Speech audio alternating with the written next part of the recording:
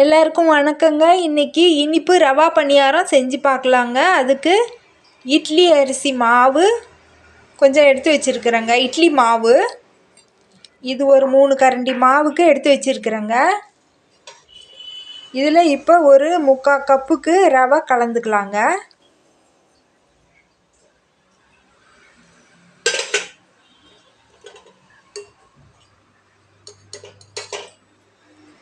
சுக்கு பொடி ஒரு 1/4 ஸ்பூன் அளவுக்கு சேர்த்துக்கலாங்க. ஒரு சிட்டிகை அளவுக்கு உப்பு சேர்த்துக்கலாங்க. ஒரு 2 கல் உப்பு அளவுக்கு. தேவையான அளவுக்கு சர்க்கரை சேர்த்துக்கலாங்க.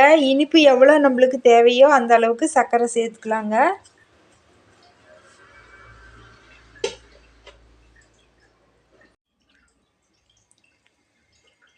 தேங்காய் கூட ஒரு 4 ஏலக்காய் போட்டு சுற்றி வச்சுருக்குறேங்க ஜாரில். இப்போ இந்த தேங்காய் பூவை எவ்வளோ தேவையோ அவ்வளோ சேர்த்துக்கலாங்க. சேர்த்துட்டு கொஞ்சமாக தண்ணி விட்டு நல்லா இட்லி மாவு பதத்துக்கு கெட்டியாக கலக்கி எடுத்துக்கலாங்க.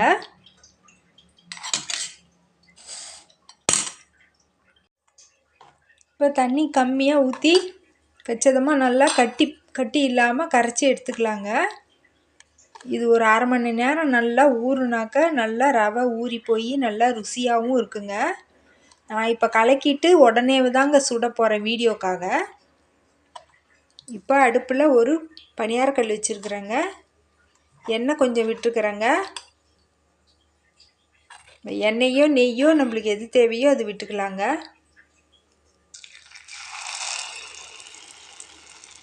இப்போ ஒரு குழியிலையும் கொஞ்சம் கொஞ்சமாக மாவு ஊற்றிக்கலாங்க.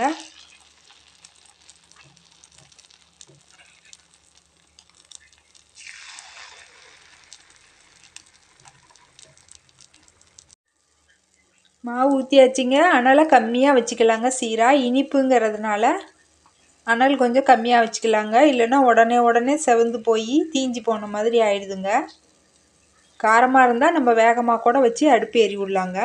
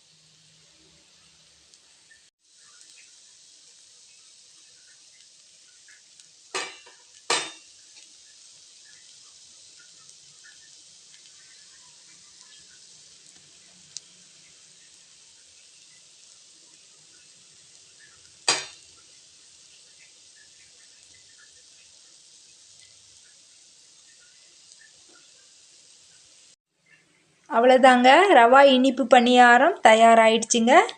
இந்த மாதிரி செஞ்சு பாருங்கள், நல்லா ருசியாக இருக்குங்க.